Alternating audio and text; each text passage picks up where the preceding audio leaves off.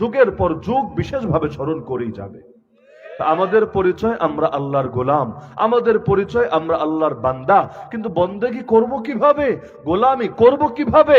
জানলাম যার মাধ্যমে, তাকেই বলা হয় নবী, তাকেই বলা হয় রাসূল। এই কারণে কালেমা কখনো একাংশ দিয়ে হয় না, দুই অংশ লাগে সর্বযুগে। লা ইলাহা ইল্লাল্লাহ এটাই গন্তব্য, এটাই লক্ষ্য। কিন্তু রাস্তা ছাড়া গন্তব্যে যাওয়া যায় না। এই যে আমি আসলাম আপনার এই করিমগঞ্জে, অথচ আমার বাসা রাজবাড়িতে, তো কোথায় আমি থাকি আর কোথায় আপনার মাহফিল? আসলাম কিভাবে? রাস্তা দিয়েই তো আমাকে আসতে হয়েছে। তো আল্লাহ পর্যন্ত পৌঁছতে হবে, এটাই আমাদের জীবনের লক্ষ্য। এই নবী মানে সংবাদদাতা, যিনি আল্লাহর থেকে সংবাদ, গায়েবের সংবাদ প্রাপ্ত হন, এরপর আল্লাহর বান্দাদেরকে সেই ব্যাপারে অবগত করেন। তো আল্লাহ এবং বান্দার মধ্যে এই নবী আর রাসূলের এই চেইনটা, এই সিলসিলাটা বাদ দিয়ে দিলে তাহলে হালতটা এমন হবে, মানুষ এটা তো ভাববে যে আমাদের সৃষ্টির পেছনে হয়তো অবশ্যই একজন আছেন যিনি আমাদেরকে সৃষ্টি করেছেন, আমাদের উচিত তাকে সন্তুষ্ট করা, আমাদের উচিত তার বিধান আর নির্দেশ মান্য করা। কিন্তু তার বিধান যে কি, নির্দেশ যে কি, নির্দেশনা যে কি, তিনি কি চান, কোন কাজে সন্তুষ্ট হন, কোন কাজে অসন্তুষ্ট হন, এটা বান্দার জানার উপায় বাকি। যেখানে গিয়ে পঞ্চ ইন্দ্রিয়ের দৌড় শেষ, আকলের দৌড় শেষ, সেখান থেকে ওহির দৌড় শুরু হয়। ওহির দ্বারা বান্দা এমন এমন বিষয় জানতে পারে যেটা কোনোদিন চোখ দিয়ে দুনিয়ার বুকে হয়তো দেখতেও পারবে না, কান দিয়ে শুনতেও পারবে না, নাক দিয়ে ঘ্রাণও নিতে পারবে না, ত্বক দিয়ে স্পর্শও করতে পারবে না। এমনকি তার বিবেক খাটাতে খাটাতে খাটাতে তার বিবেক অক্ষম হয়ে যাবে। কিন্তু প্রতিটা গায়েবের বিষয় কখনোই বান্দা পরিপূর্ণভাবে বুঝে উঠতে পারবেই না। তো এখন আল্লাহ তো বান্দাকে বানিয়েছেনই তার ইবাদত করার জন্য। ওমা খালাকতুল জিন্না ওয়াল ইনসা ইল্লা লিয়াবুদুন। একদিকে তিনি কুল কায়নাতকে, পৃথিবীর মধ্যে অবস্থিত সকল মাখলুককে সৃষ্টি করেছেন। হুয়াল্লাযী খালাকা লাকুম মা ফিল আরদি জামিআ। তিনি সেই সত্তা যিনি তোমাদের উপকারের জন্য, তোমাদের খেদমতের জন্য সৃষ্টি করেছেন পৃথিবীর সবকিছুকে। কিন্তু তোমাদেরকে সৃষ্টি করেছেন পৃথিবীর সবকিছুর জন্য না রে বান্দা, তোমাদেরকে সৃষ্টি করেছেন একমাত্র তার ইবাদতকারী হয়ে বাঁচার জন্য। বিভাগ হয় না নাকি ইকোমেশনের লাইন? তো এখন রব্বুল আলামিন যেহেতু বানিয়েছেন ইবাদতের জন্য, এখন জিন্দেগিতে ইবাদত যদি নাই করতে পারে, মূল লক্ষ্যই তো হাতছাড়া। প্রতিটা মানুষের ডিউটি থাকে। আপনি যদি চাকরি নেন কোথাও, আপনাকে জানিয়ে দেওয়া হবে এই হলো তোমার ডিউটি। ডিউটি করবেন ঠিক মতো, মাস শেষে মাইনে পাবেন, বেতন পাবেন। ডিউটির কোনো খবরই নাই, মাস শেষে গিয়ে হাজির, স্যার আমার বেতন দেন। অথচ আপনি পুরো টাইম অনুপস্থিত, ছুটিও নেন নাই, কাউকে কিছু জানানো নাই, এমনি গায়রে হাজির। এখন যদি গিয়ে বলেন বেতন দেন, বেতন তো দিবে না, 14 গোষ্ঠী নিয়ে এমন গালিগালাজ করবে, হয়তো এই গালির ঠেলায় 3 দিন পেটের ভাতই আপনার হজম হবে না। তো মূল লক্ষ্য আর মূল ডিউটি যা থাকে তাই যদি লোকে না করে, তাহলে ডিউটির সঙ্গে জড়িয়ে যে সম্মানী, যে বেতন, সেটাও পাওয়ার অধিকার কেউ রাখে না, প্রাপ্য তার হয় না। তো রব্বুল আলামিন আমাদের ডিউটি দিয়েছেন ইবাদত। আমাদের সবচেয়ে এবং সর্বপ্রধান পরিচয়, আমরা আল্লাহর বান্দা, আল্লাহর গোলাম, আল্লাহর দাস, আল্লাহর ভৃত্য, আল্লাহর ইবাদতকারী। এই পরিচয় লজ্জার কিছু নয়, বরং এই পরিচয় গৌরবের পরিচয়। মানুষ হয়ে মানুষের গোলামি করা লজ্জার, মানুষ হয়ে রব্বুল আলামিনের গোলামি করা গৌরবের। নাম এক হলে জিনিস এক হয় না। যে রিক্সা চালায় তাকেও চালক বলে, যে বাস চালায়, টেম্পো চালায়, অটো চালায়, সিএনজি চালায় তাকেও চালক বলে, আবার যে বিমান চালায় সেও তো একজন চালকই বটে। কিন্তু কোথায় রিক্সার চালক আর কোথায় বিমানের চালক তথা পাইলট, উভয়ের মধ্যে কতই না পার্থক্য। কাজের বুয়া তো কাজের বুয়াই, কিন্তু যদি এমন হয় প্রধানমন্ত্রীর বাসার কাজের বুয়া, দারোয়ান তো দারোয়ানই। তো যদি হয় স্বরাষ্ট্রমন্ত্রীর বাসার দারোয়ান, তাহলে দেখবেন এলাকার অনেক বড় বড় রাজনীতিবিদ, নেতা পর্যন্ত তাকে স্পেস দিয়ে চলে, তাকে বিশেষভাবে কদর করে। কারণ পদ ও মর্যাদায় যদিও সে ওই বেচারার চাইতে অনেক এগিয়ে, কিন্তু সে জানে বেচারার হট লিঙ্ক যেখানে আছে, একবার যদি কানপরা দিতে পারে আর ওর ব্যাপারে খেপিয়ে তুলতে পারে, ওর পদ পদবি সব এমনি যাবে। এই কারণে দেখবেন যারা বড় বড় ফিগারদের ড্রাইভারও হয়, ড্রাইভার, আরে ড্রাইভার তো সাধারণ জিনিসই, এখন যদি হয় বেশ্যার ড্রাইভার, পরিচয় দিবে না জীবনে কাউরে, কিন্তু যদি হয় রাষ্ট্রপতির ড্রাইভার, তাহলে দেখবেন তারে সবাই কত সুন্দর সম্মান দিয়ে মর্যাদা দিয়ে চলে। তলে তলে আড়ালে আড়ালে গালি দিলেও সামনে আসলে আগ বাড়িয়ে সালাম আলাইকুম দিবে। তো এটাই মানুষের বৈশিষ্ট্য, এটাই মানুষের কাজ। তো পদ কি এটা বিষয় না, পদটা কার অধীনে এটা হলো বিষয়। দালাল শব্দটা শুনতে কার ভালো লাগে? দালাল তো আজকাল একটা গালি হয়ে গেছে শব্দ। কিন্তু যদি ইংলিশে আপনি বলতে পারেন লবিস্ট, যে আমেরিকায় লবিস্ট নিয়োগ করেছে, এই দলই করুক ওই দলই করুক, লবিস্ট বাংলা করলে তো দালালি হয় নাকি ভিন্ন কিছু হয়? তো এখন দালাল তো দালালি। আরে তুই কি করস? আমি দালালি করি। আরে কি করস? দালালি করি না, মাসে 1 কোটি টাকা পাই। আরে যতই 1 কোটি না 10 কোটি পাও, কিন্তু তুমি দালালি করো, তুমি দালাল, শুনতেই তো কেমন লাগবে। কিন্তু না, আমি লবিস্ট, শুনতে আলাদা ভাব আসে। যদি বলে ছেলেটা মদ খায়, আরে কেমন কেমন লাগে, পুরো মদখোর। মদখোর ছেলের সাথে আমাদের বংশের মেয়েকে বিয়ে দিব? হতেই পারে না। ছেলেটা ড্রিঙ্কস করে, ওয়াহ সুন্দর শব্দ, ছেলেটা ড্রিঙ্কস করে, করতেই পারে। এই যুগের ছেলে পেলে হালকা পাতলা ড্রিঙ্কস না করলে কি চলে? সুদখোর, কত নিকৃষ্ট শব্দ, শুনলে একটা ঘৃণা চলে আসে। কিন্তু যদি বলে ইন্টারেস্টের সঙ্গে জড়িয়ে আছে, শুনলে অতটা খারাপ লাগে না, মজা মজাই লাগে। তো এখন হালত এমন হয়েছে, আল্লাহ নবী তার জামানায় ভবিষ্যৎবাণী করেছেন কিয়ামতের আগে মানুষ মদ তো খাবে, কিন্তু ইউসাম্মুনাহা বিগাইরি ইসমিহা, মদকে মদ না বলে ভিন্ন নামে ডাকবে। কিন্তু বৃক্ষ তোমার নাম কি? ফলে পরিচয়। এখন কেউ যদি হারাম রিলেশন করে এমন সুন্দর সুন্দর শব্দে ডাকে, যেই শব্দে নিজের বউরেও ডাকে না, তাই বলে কি তার হারাম রিলেশন পবিত্র রিলেশনে পরিণত হবে? বৃক্ষ তোমার নাম কি, ফল দ্বারাই সেটা চেনা যাবে। তো বলছিলাম গোলাম, মানুষ হয়ে মানুষের গোলামি করা লজ্জার, মানুষ হয়ে মানুষের গোলামি করা হীনমন্যতার, তো মানুষ হয়ে রবের গোলামি করা মোটেও লজ্জার না, বরং এটাই গৌরবের। আপনি আরেকজনের চাকরি করেন, তার সেবা করেন, পরিচয় দিতে বিব্রত বোধ করতে পারেন, কিন্তু মায়ের সেবা করেন আপনি, এটা পরিচয় দিতে বিব্রত বোধ করবেন না, উল্টো গর্ববোধ করবেন যে আমি আমার মায়ের খেদমত করি, আমার বাবার খেদমত করি। গোটা সমাজও আপনাকে সম্মানের চোখে দেখবে। আরে মানুষ আপনাকে যুগের পর যুগ বিশেষভাবে স্মরণ করেই যাবে। আমাদের পরিচয় আমরা আল্লাহর গোলাম, আমাদের পরিচয় আমরা আল্লাহর বান্দা, কিন্তু বন্দেগী করব কিভাবে, গোলামি করব কিভাবে? জানলাম যার মাধ্যমে, তাকেই বলা হয় নবী, তাকেই বলা হয় রাসূল। এ কারণে কালেমা কখনো একাংশ দিয়ে হয় না, 2 অংশ লাগে সর্বযুগে। লা ইলাহা ইল্লাল্লাহ, এটাই গন্তব্য, এটাই লক্ষ্য। কিন্তু রাস্তা ছাড়া গন্তব্যে যাওয়া যায় না। এই যে আমি আসলাম আপনার এই করিমগঞ্জে, অথচ আমার বাসা রাজবাড়িতে, তো কোথায় আমি থাকি আর কোথায় আপনার মাহফিল? আসলাম কিভাবে? রাস্তা দিয়েই তো আমাকে আসতে হয়েছে। তো আল্লাহ পর্যন্ত পৌঁছতে হবে, এটাই আমাদের জীবনের লক্ষ্য।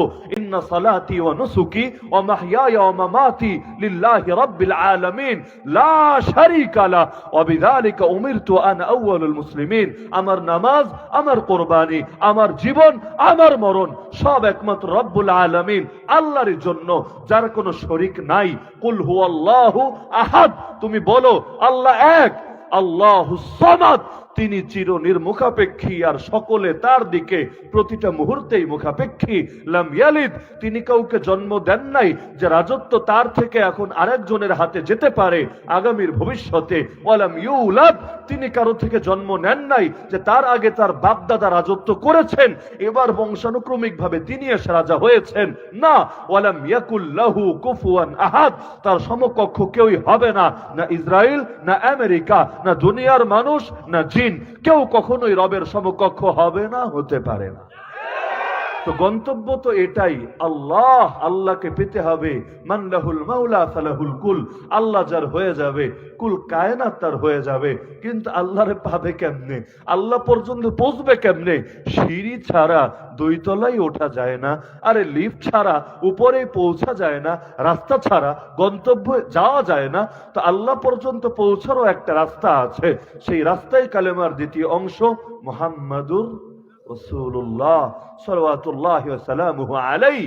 তো এখন যেমনি ভাবে আল্লাহ এবং বান্দার মধ্যে মধ্যস্থতাকারী হলেন রাসূল, রাসূল আর আপনার মধ্যে মধ্যস্থতাকারী কে হবে?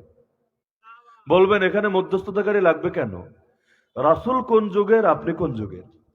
আপনার সামনে এখন চলছে 1445 হিজরি, আর আল্লাহ নবীর ওফাতি হয়েছে 11 হিজরি। কোথায় 11 হিজরি, কোথায় 1445 হিজরি। এই যে মাঝখানে 1400 বছরের অধিক সময়। কিন্তু আপনি তো এখন এসে বলছেন এই ইসলামই সেই ইসলাম যে ইসলাম নবী প্রচার করেছেন, এই কোরআনই সেই কোরআন যেটা আল্লাহ নাজিল করেছেন জিবরিল আমিনের দ্বারা আমার রাসূল মুহাম্মদুর রাসূলুল্লাহ সাল্লাল্লাহু আলাইহি ওয়াসাল্লামের উপরে। তো আপনি কি ডাইরেক্ট রাসূলকে বলতে শুনেছেন নিজের কান দিয়ে? আপনি কি নিজের চোখ দিয়ে রাসূলকে দেখেছেন? যে নামাজ পড়ছেন এই নামাজই সেই নামাজ যেটা রাসূল পড়েছিলেন, যে ইবাদত করছেন এটাই সেই ইবাদত যেটার আদেশ রাসূল দিয়ে গিয়েছিলেন। কিভাবে পেলেন আপনি? স্বপ্ন যুগেও তো পান নাই, অথবা স্বপ্ন যুগে পেলে দলিলও হবে না। এটা নিজের চোখেও দেখেন নাই, নিজের কানেও শোনেন নাই। আপনি দূরের কথা আপনার বাপও শোনে নাই, আপনার দাদাও শোনে নাই, আপনার পরদাদাও দেখে নাই। 1400 বছরে তো একটা দুইটা প্রজন্ম না। ইমাম ইবনে খালদুন লিখেছেন তার আল মুকাদ্দিমায় 100 বছরে 3টা প্রজন্ম থাকে, তার মানে 33.33। এটা হলো এক এক প্রজন্মের গড় বয়স। তো এখন এক শতাব্দীতেই যদি 3 প্রজন্ম অতিবাহিত হয়, 1400 বছরে কতগুলো প্রজন্ম, এর 3 গুণ প্রজন্ম অতিবাহিত হয়ে গেল। এত এত প্রজন্ম আগে যিনি পৃথিবীর মধ্যে ইসলাম পৌঁছে গেলেন, ইসলামকে রেখে গেলেন, সেই ইসলাম আপনার পর্যন্ত আসলো কিভাবে? মাঝখানে যারা মধ্যস্থতাকারী, সবার আগে যারা রাসূল থেকে নিয়েছেন আর রাসূলের অন্যান্য উম্মতের কাছে পৌঁছে দিয়েছেন, তাদেরকেই বলে সাহাবা। সাহাবাকে বাদ দিয়ে ইসলাম কল্পনাও করা যায় না। আল্লাহর হক কিভাবে আদায় করতে হয় এটা দেখতে হয় রাসূলের জীবনীতে, আর রাসূলের হক কিভাবে আদায় করতে হয় এটা দেখতে হয় সাহাবীদের জীবনীতে। এজন্যই রাসূল বলেছেন এই 2টা পথকে যারা ধরে রাখবে তারা পথ হারা হবে না। আর যারা এই 2টা পথ হাতছাড়া করে ফেলবে, তারা যদি আল্লাহকে রব বলে, যদি মুহাম্মদ সাল্লাল্লাহু আলাইহি ওয়াসাল্লামকে নবী রাসূলও বলে, যদি কাবাকে কিবলাও বলে, যদি কোরআনকে ধর্মগ্রন্থও বলে, তারপরও তারা হবে জাহান্নামী। আল্লাহ রাসূল বলেন আমার উম্মত 73 দলে ভাগ হবে। কয় দল? 73টা মূল দল। মূল দল ভিন্ন জিনিস, উপদল ভিন্ন জিনিস, শাখা দল ভিন্ন জিনিস। মূল দল কারে বলে? সহজ উদাহরণ দেই, যেটা দিলে সহজে বুঝবেন। যেমন ধরেন আওয়ামী লীগ একটা মূল দল। শাখা দল কি, উপদল কি? যেমন যুবলীগ, ছাত্রলীগ, কৃষক লীগ, শ্রমিক লীগ, আবার কি একটা আছে নাকি ওলামা লীগ, হুজুর লীগ। তো এইরকম যত কিছু হতে পারে এগুলো হলো উপদল, শাখা দল। কিন্তু এই সব উপদল আর শাখা দলের মূল হলো কি? আওয়ামী লীগ। যেমন করিমগঞ্জ, এটা মূল না, এটা শাখা। জেলার বিবেচনায় মূল হলো কিশোরগঞ্জ। কিশোরগঞ্জের অনেকগুলো শাখা আছে, থানা আছে, এর মধ্যে একটা শাখার নাম করিমগঞ্জ। আবার কিশোরগঞ্জ মূল না। কিশোরগঞ্জ কোন বিভাগে? তাহলে দেখা যাচ্ছে এক ঢাকার মধ্যে অনেকগুলো জেলা আছে, এগুলো তার বিভিন্ন শাখা প্রশাখা ডালপালা। তো এখন অনেকগুলো শাখার একটা শাখার নাম কিশোরগঞ্জ। আবার ঢাকাও মূল না, দেশের বিবেচনায় মূল হলো বাংলাদেশ, যার অনেকগুলো বিভাগ আছে। অনেকগুলো বিভাগের একটা বিভাগের নাম হলো ঢাকা। তো মূল ভিন্ন জিনিস, শাখা ডালপালা উপ ভিন্ন জিনিস। তো মূল দল হবে 73টা। সুতরাং পেরেশান হয়েন না হুজুর, উম্মত নি 73 দলে ভাগ হবে। আমগো করিমগঞ্জ খুঁজলেই তো 73-এর বেশি পাউন্ড যাবে। পেরেশান হয় না অনেকে যে হুজুর যে পরিমাণ দলাদলি মুসলমানদের মধ্যে, কে বলেছে 73? ঘরে ঘরে দল তৈরি হয়ে গেছে, এত বেশি দল যা হয়তো কেউ কোনোদিন দেখে নাই আগে। পেরেশানির কিছু নাই, রসুনের উপরে যতগুলোই থাকুক ঘোড়াটা একই থাকবে।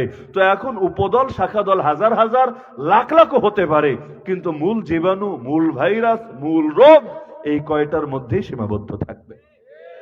তো নবীর উম্মত যদি 73 দলে ভাগ হয়, নবীর উম্মত কারা? হিন্দুরা, খ্রিস্টানরা, বৌদ্ধরা, নাস্তিকরা, কারা?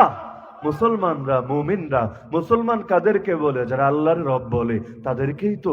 যারা মুহাম্মদ সাল্লাল্লাহু আলাইহি ওয়াসাল্লামকে নবী আর রাসূল বলে তাদেরকেই তো।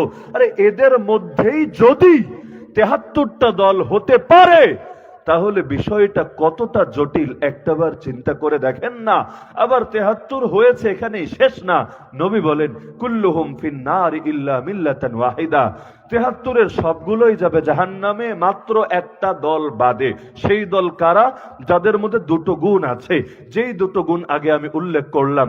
এক হলো মা আনা আলাইহি, আল্লাহ নবীর যে আদর্শ ছিল হুবহু সেটাই ধরে রেখেছে, ও আসহাবি, এবং আমার সাহাবীদের যে আদর্শ সেটাকে ধরে রেখেছে।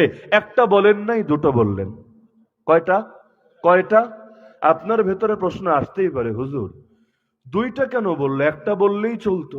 আর যদি বাড়িয়ে বলে তাহলে দুই কেন? তিনি তো বলা দরকার ছিল। কারণ রাসূলের পথই তো সাহাবীদের পথ। সাহাবীরা তো নিজেরা কোনো বেদাতি তরিকা আবিষ্কার করেন নাই। সাহাবীদের ক্ষেত্রে এটা কল্পনা করাও সম্ভব না। আর সাহাবাতু কুল্লুহুম মাউদুল, আল্লাহ নবীর প্রতিটা সাহাবী ইনসাফের উপর, আদালতের উপর, ন্যায়ের উপর প্রতিষ্ঠিত। তাদের বেলায় তো কল্পনাই করা সম্ভব না। আর এমন আশঙ্কা থাকলে আল্লাহ আগেই জানাতেন না, রাদিয়াল্লাহু আনহুম ওয়া রাদু আন। আল্লাহ যখন ফয়সালা করে দেন তখন এর ব্যতিক্রম চাইলেও কেউ করতে পারে না।